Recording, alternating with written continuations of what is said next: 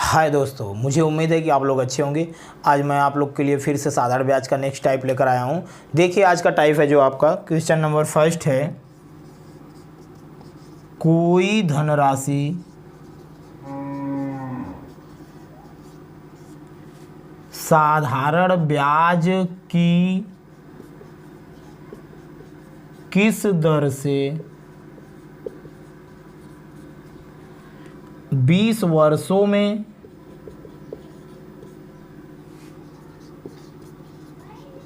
अपने से 3 गुना हो जाएगा।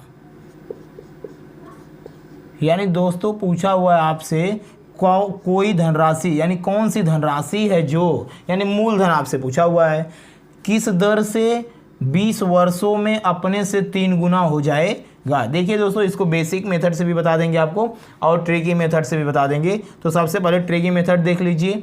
किस दर से, दर पूछा हुआ है दोस्तों, तो दर बराबर होता है n-1/t इंटू 100।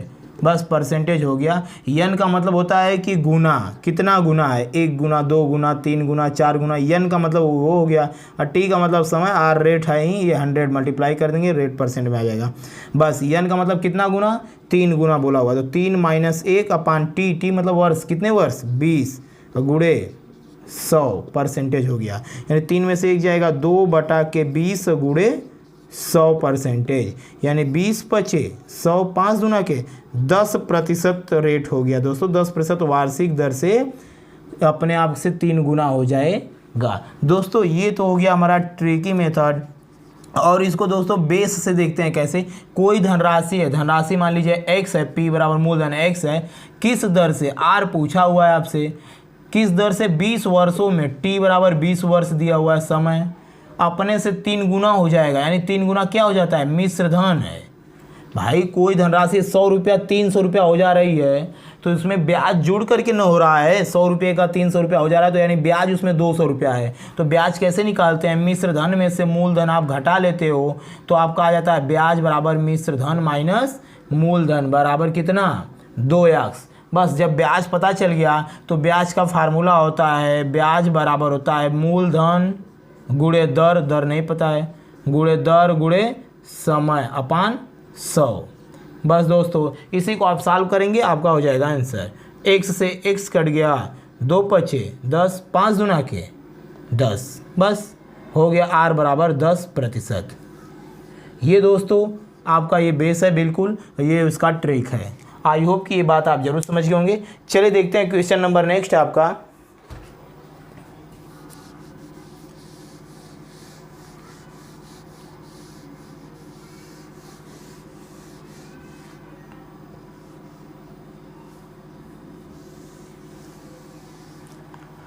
दिया हुआ है दोस्तों, कोई धनराशि साधारण ब्याज की 20% से कितने वर्षों में, कितने वर्षों में अपने से 7 गुना हो जाएगा। देखिए दोस्तों 20% की दर दे दिया, यहाँ पर रेट दिया हुआ है, समय पूछ रहा है। तो हमने आपको बताया कि r बराबर होता है n-1/t गुणे 100%। बस तो r दिया है, t पूछ रहा है, तो t इधर चला गया, r इधर आएगा तो भाग करेगा, नहीं r इधर आएगा तो भाग करेगा, t बराबर हो गया। समय पूछा है तो t बराबर ऐसे कर देंगे, t बराबर n-1/r इंटू 100। बिल्कुल बस आप रख दीजिए, n मतलब गुना, कितना गुना, 7, 7 - 1/r, r मतलब रेट, रेट कितना परसेंट दिया हुआ है, 20%, और गुणे 100%, परसेंट से परसेंट कट जाएगा। 20% दिया हुआ है, 100% है, तो परसेंट से परसेंट क्या होगा, कट जाएगा। 20 पचे 100, 7 में से 1 जाएगा 6, 6 पचे 30, यानी समय हो गया 30 वर्ष। यानी 30 वर्षों में वह धनराशि अपने आप का 7 गुना हो जाएगा। दोस्तों मुझे उम्मीद है कि आप जरूर समझ गए होंगे। चलिए देखते हैं क्वेश्चन नंबर नेक्स्ट के साथ, टाइप भी नेक्स्ट है।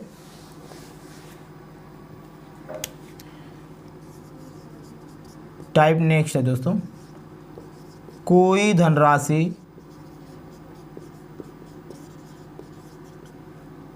साधारण ब्याज की एक निश्चित दर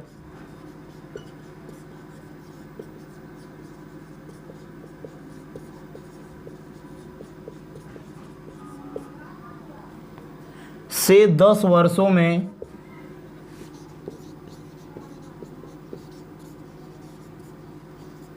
तीन गुनी हो जाती है,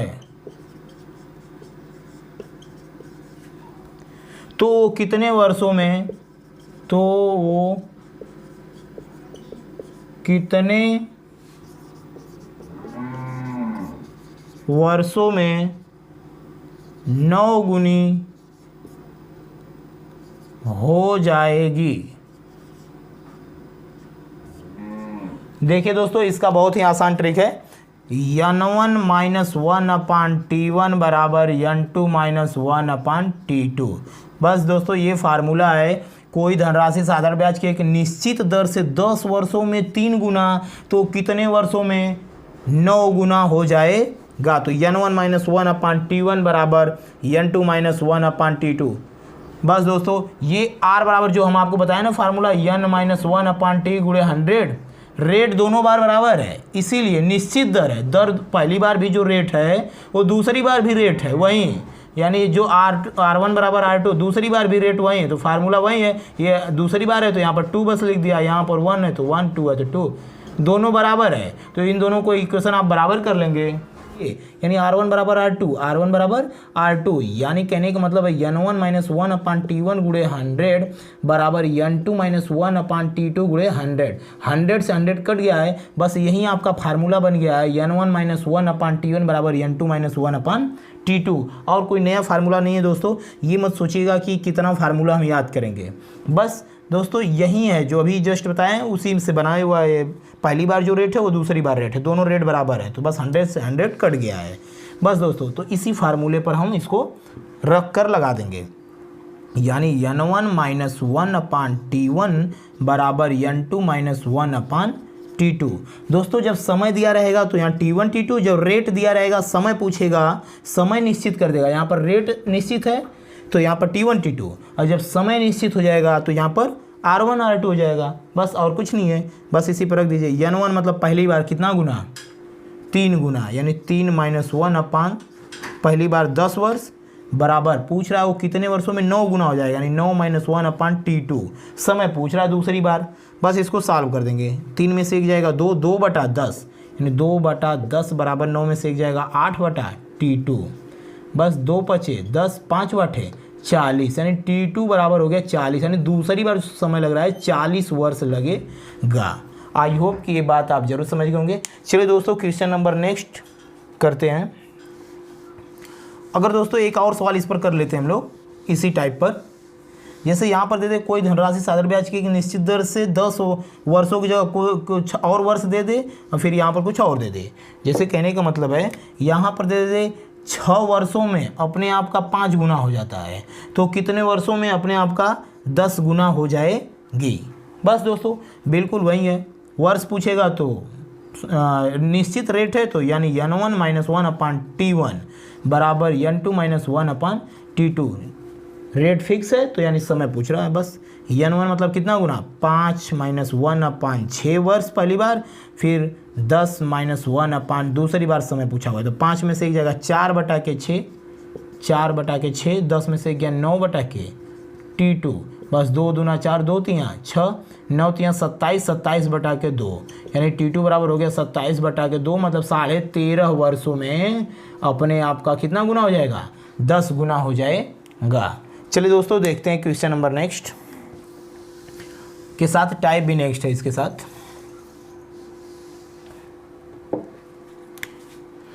यदि किसी धन का साधारण ब्याज, टाइप भी नेक्स्ट है, क्वेश्चन भी नेक्स्ट है। यदि किसी धन का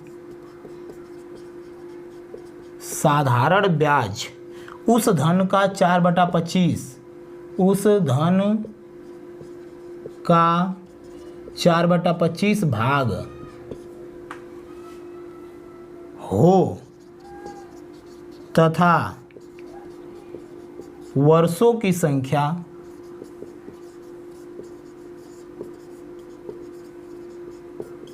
वार्षिक ब्याज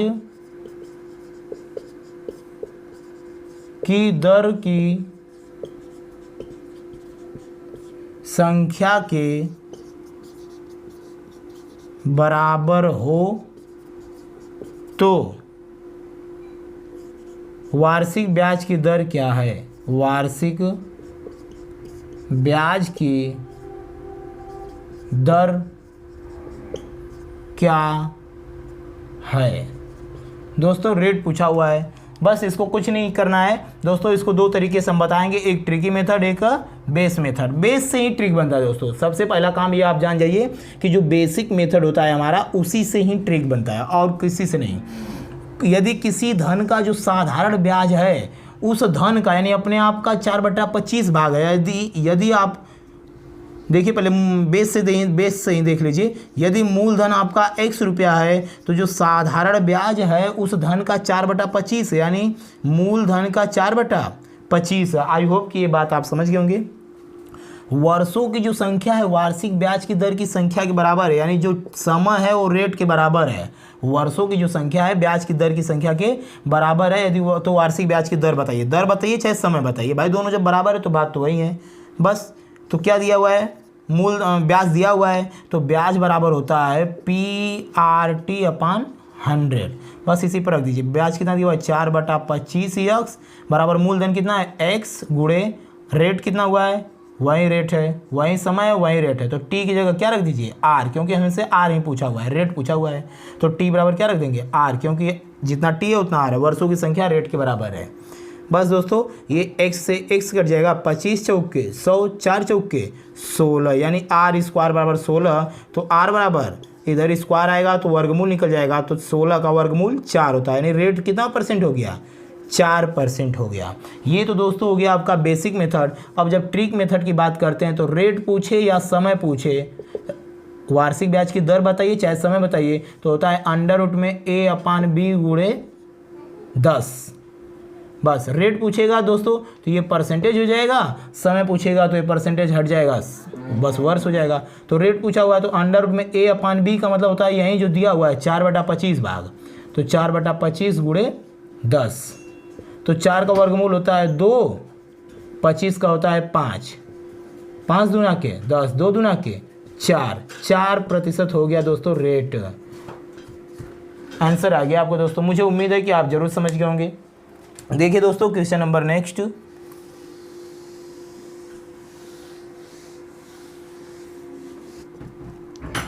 ₹5000 पर पहले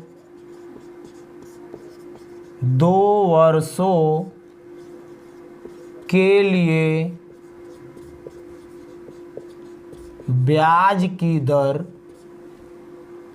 5% वार्षिक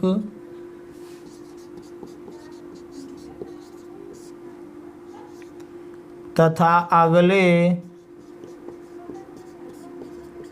3 वर्षों के लिए ब्याज की दर 6% वार्षिक तथा अगले वर्षों के लिए 8% वार्षिक है।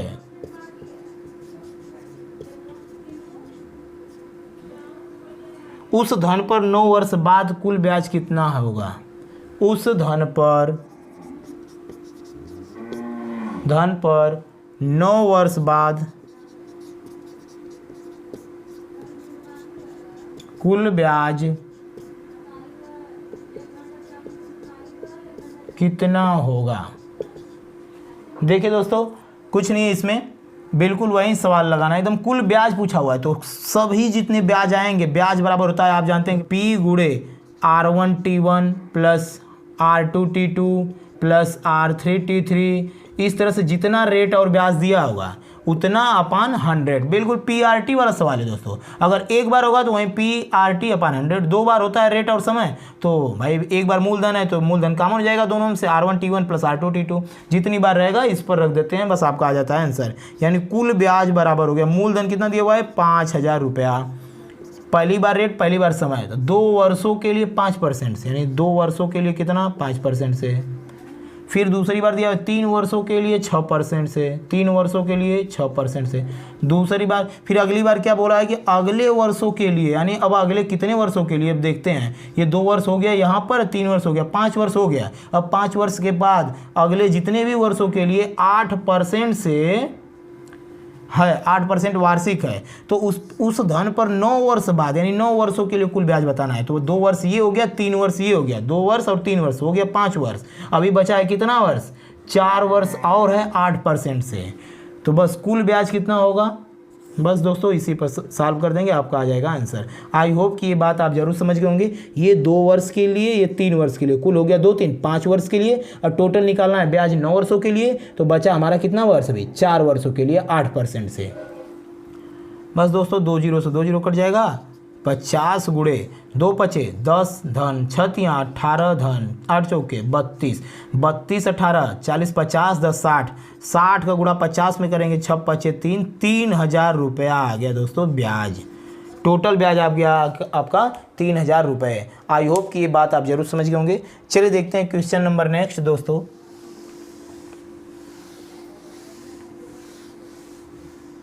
दोस्तों बहुत ही इंपॉर्टेंट टाइप है ये, हर एग्जाम में लगभग आता ही है ये, इसको इम्पॉर्टेंट आप बना लेंगे। देखिए दोस्तों क्या दिया हुआ है, यदि मूलधन अथवा दर अथवा समय में से किसी एक को, देखिए दोस्तों ये पहले टाइप ही आपको लिखवा दे रहे हैं हम, यदि मूलधन अथवा दर अथवा समय में से किसी एक को, में से किसी एक को x गुना कर दिया जाए, x गुना का मतलब 2 गुना 4 गुना 5 गुना, x गुना कर दिया जाए तो प्राप्त होने वाले साधारण ब्याज में, प्राप्त होने वाले साधारण ब्याज में कमी या वृद्धि जो भी होगी, कमी या वृद्धि परसेंटेज अगर आपसे पूछता है दोस्तों तो कैसे निकालते हैं। पहले इसका मतलब समझ लीजिए कि यदि मूलधन अथवा दर अथवा समय जो PRT होता है उसमें से किसी एक को, चाहे जिसको x गुना कर दिया जाए तो प्राप्त होने वाला साधारण ब्याज में, पहले जितना साधारण ब्याज प्राप्त हो रहा था वो तो अलग बात है, जब उसको किसी एक को x गुना कर दिया जाता है तो अब साधारण ब्याज में कितने % की कमी या वृद्धि होगी। पहले जितना प्राप्त हो रहा था वो अलग बात है, अब कितना प्राप्त होगा ये डायरेक्ट आप निकालते हैं तो हो जाता है x - 1 गुणे 100%, x - 1 गुणे 100%। जब एक में वृद्धि करेंगे तो इतना हो जाएगा। अब दोस्तों जब यही टाइप में आपका बोल दे टाइप, यदि मूलधन और दर या समय किसी 2 में परिवर्तन कर दिया जाए, बोलेगा कि मूलधन और दर या समय यानी इन तीनों में से किसी 2 में परिवर्तन किया जाए। दोस्तों अब नेक्स्ट टाइप जो है, अब बोलेगा कि अब एक में नहीं, किसी अब दोनों में, किसी 2 में, मूलधन दर या समय या मूलधन, किसी 2 को x गुना और एक को y गुना कर दिया जाए तो प्राप्त होने वाले साधारण ब्याज में कमी या वृद्धि परसेंटेज। तो दोस्तों हो जाएगा x y - 1 गुणे 100%। ये कब होगा, जब किसी 2 में वृद्धि होगी तब। वृद्धि का मतलब एक को x गुना कर दिया जाए, एक को y गुना कर दिया जाए। अब वो 1/x हो चाहे 1/y, कहने का मतलब है बस आप इसी पर लगा लेंगे x y - 1 × 100। और दोस्तों इसी पर तीसरा टाइप है, यदि तीनों को कमी या वृद्धि कुछ भी कर दिया जाए, मूलधन को x गुना, दर को y गुना, रेट को z गुना कर दिया जाए तो अब प्राप्त होने वाले साधारण ब्याज में कमी या वृद्धि परसेंटेज क्या होगा, तो x y z - 1 गुणे 100%। दोस्तों मुझे उम्मीद है कि ये बात आप जरूर समझ गए होंगे। ये कब है, जब मूलधन अथवा दर अथवा समय किसी एक में कमी या वृद्धि या n गुना कर दिया जाए, उसको कितना हो गुना कर दिया जाए, तो अब प्राप्त होने वाले साधारण ब्याज में कमी या वृद्धि परसेंटेज इस फार्मूले से आप निकाल लेंगे। अब यहाँ पर क्या है कि मूलधन दर अथवा समय किसी दो में परिवर्तन कर दिया जाए, किसी दो को, एक को x गुना तथा दूसरे को y गुना कर दिया जाए, तो साधारण ब्याज में प्राप्त होने वाले साधारण ब्याज में कमी या वृद्धि परसेंटेज इस तरह से निकालेंगे। यहाँ पर क्या है, तीनों में एक को x गुना, दूसरे को y गुना, तीसरे को z गुना कर दिया जाए, तो अब प्राप्त होने वाले साधारण ब्याज में कमी या वृद्धि परसेंटेज बराबर x y z minus 1 into 100%। दोस्तों मुझे उम्मीद है कि ये आप जरूर समझ गए होंगे। चलिए देखते हैं इस पर सवाल कैसे करते हैं हम लोग।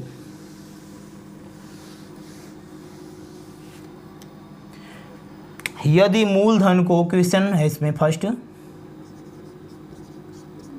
यदि मूलधन को 4 गुना कर दिया जाए तो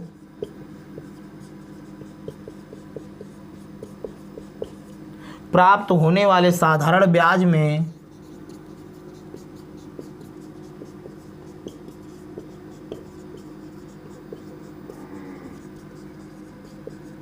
कितने प्रतिशत की वृद्धि होगी,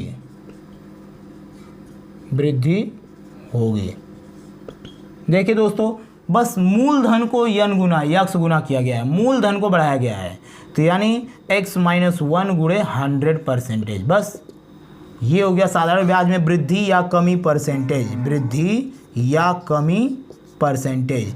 एक में किया है गुना, एक में बढ़ाया है तो x, दो में बढ़ाया होता मूलधन और दर तो x y माइनस 1। बस दोस्तों इस पर कर दीजिए 4 गुना, तो 4 माइनस 1 गुणे 100, तो 4 में से गया 3, 3 में 100 का गुणा करेंगे तो आ जाएगा आपका 300%। यानी साधारण जो ब्याज में है 300% की वृद्धि हो जाएगी। दोस्तों अब अगला जो है इसी पर सवाल बोल दे कि यदि मूलधन को 1/3 गुना, मूलधन को 1/3 गुना तथा दर को 1/4/5 गुना तथा दर को 1/4/5 गुना कर दिया जाए तो प्राप्त होने वाले साधारण ब्याज में कितने परसेंट की कमी या वृद्धि परसेंटेज होगी। तो दोस्तों क्या दिया हुआ है कि मूलधन और दर दोनों को गुना गुना कर रहा है, यानी x y माइनस 1 और गुणे 100%। बस ये वाला सवाल सूत्र लगा देंगे आप, तो यानी 1/3 गुणे 1/4/5 माइनस 1 इंटू 100। बस इसको आप सॉल्व कर लेंगे, 5 × 5 = 9/5 माइनस 1 गुणे 100, 3 तरीके 9, 3/5, तो 5 एकम्मा 5, 3 में से 5 घटेगा तो दोस्तों आ जाएगा -2/5 गुणे 100, क्योंकि 3 में से तो 5 घटेगा नहीं तो माइनस में चला जाएगा। 5 भी संयम 100, 20 दूना के 40। माइनस का मतलब है कि ये कमी है, माइनस का मतलब दर्शा रहा है कि कमी परसेंटेज हुई है। तो कितने परसेंट की कमी हुई है, 40% की इसमें कमी होगी। आई होप कि ये बात आप जरूर समझ गए होंगे। चलिए दोस्तों देखते हैं क्वेश्चन नंबर नेक्स्ट और आज का लास्ट सवाल। यदि मूलधन को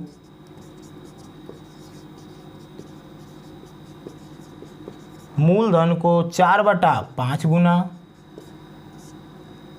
दर को 1/1/2 गुना व समय को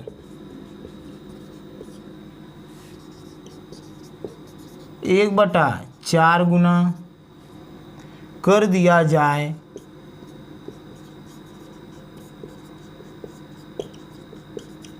तो प्राप्त होने वाले साधारण ब्याज में